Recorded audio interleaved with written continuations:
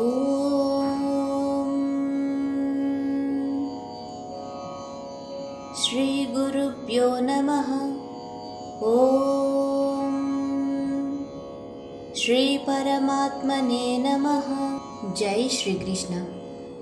అథ ద్వితీయోऽధ్యాయః సాంఖ్యయోగః. సంజయ ఉవాచ తం తథా కృపయావిష్టం అశ్రుపూర్ణాకులేక్షణం విషీదంతమిదం వాక్యం ఉవాచ మధుసూదనః. ఈ 2వ అధ్యాయంలోని మొదటి శ్లోకం యొక్క భావాన్ని పరిశీలించినట్లయితే సంజయుడు ధృతరాష్ట్ర మహారాజుతో ఈ విధంగా పలికెను. ఏమని అంటే, జాలి నిండినవాడై శోకంతో ఉన్న హృదయంతో కంటి నిండా నీరు నిండిపోయి ఉన్న అర్జునుడిని చూసి శ్రీకృష్ణ భగవానుడు ఈ విధంగా పలికెను. శ్రీ భగవానువాచ కుతస్త్వాకష్మలమిదం విషమే సముపస్థితం అనార్యజుష్టమస్వర్గ్యం అకీర్తికరమర్జున. 2వ శ్లోకం యొక్క భావాన్ని పరిశీలించినట్లయితే శ్రీకృష్ణ భగవానుడు అర్జునుడితో ఈ విధంగా పలికెను. ఓ అర్జున, ఇలాంటి క్లిష్ట సమయంలో ఇటువంటి ఆలోచన నీకు ఎలా వచ్చింది? ఇది గౌరవనీయమైన వ్యక్తికి తగదు. అంతేకాకుండా ఉత్తమ లోకాలకు దారి తీసేది కాకపోగా అపకీర్తి పాలు చేస్తుంది అని భావం. క్లైబ్యం మాస్మగమః పార్థ నైతత్వయుపపద్యతే క్షుద్రం హృదయ దౌర్బల్యం త్యక్తోత్తిష్ట పరం తప.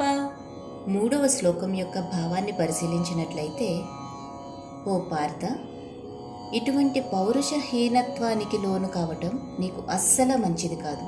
నీవు ఇటువంటి ఆలోచనలను విడిచిపెట్టి యుద్ధానికి సిద్ధం కా అని శ్రీకృష్ణ భగవానుడు అర్జునుడితో పలికెను. అర్జున ఉవాచ కథం భీష్మమహం సంఖ్యే ద్రోణం చ మధుసూదన ఇషుభిః ప్రతియోత్స్యామి పూజార్హా వరిసూదన.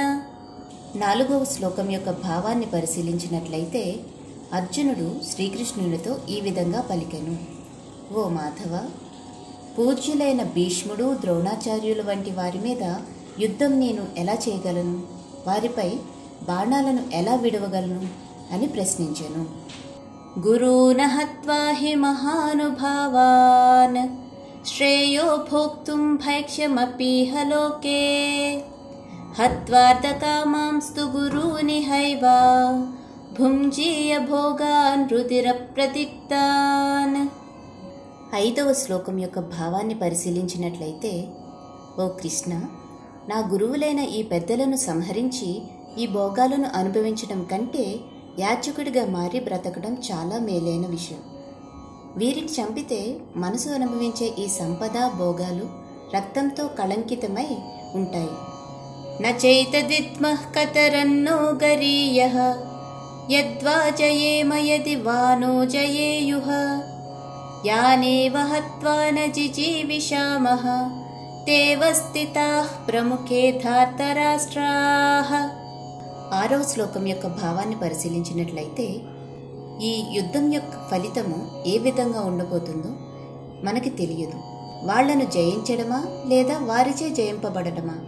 వారిని సంహరించిన తర్వాత కూడా మనకు జీవించాలని అనిపించదు.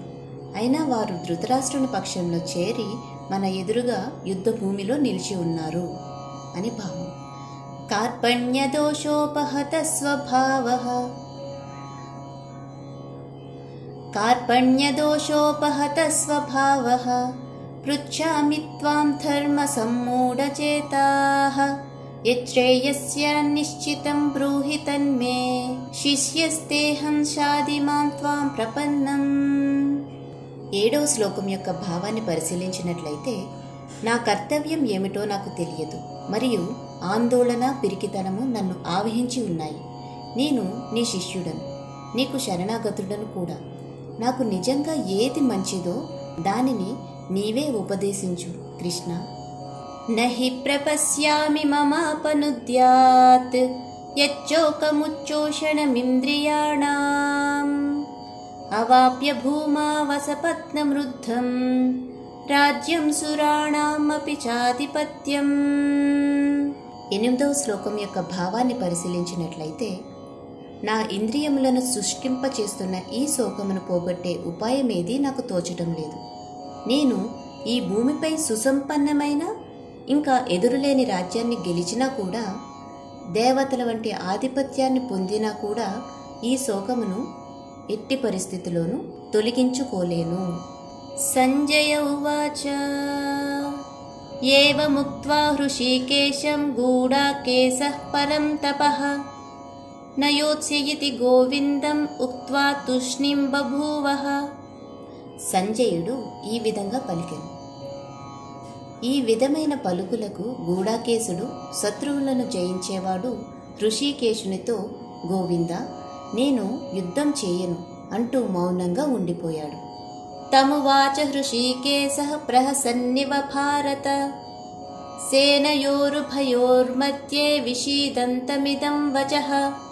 ఓ ధృతరాష్ట్ర మహారాజా, ఆ తర్వాత ఇరు సేనల మధ్యలో శోకసంతృప్తుడైన అర్జునుడితో శ్రీకృష్ణ భగవానుడు మందహాసంతో ఈ విధంగా పలికెను. ఈ వీడియో గనక మీకు నచ్చినట్లయితే ప్లీజ్ లైక్ అండ్ సబ్స్క్రైబ్.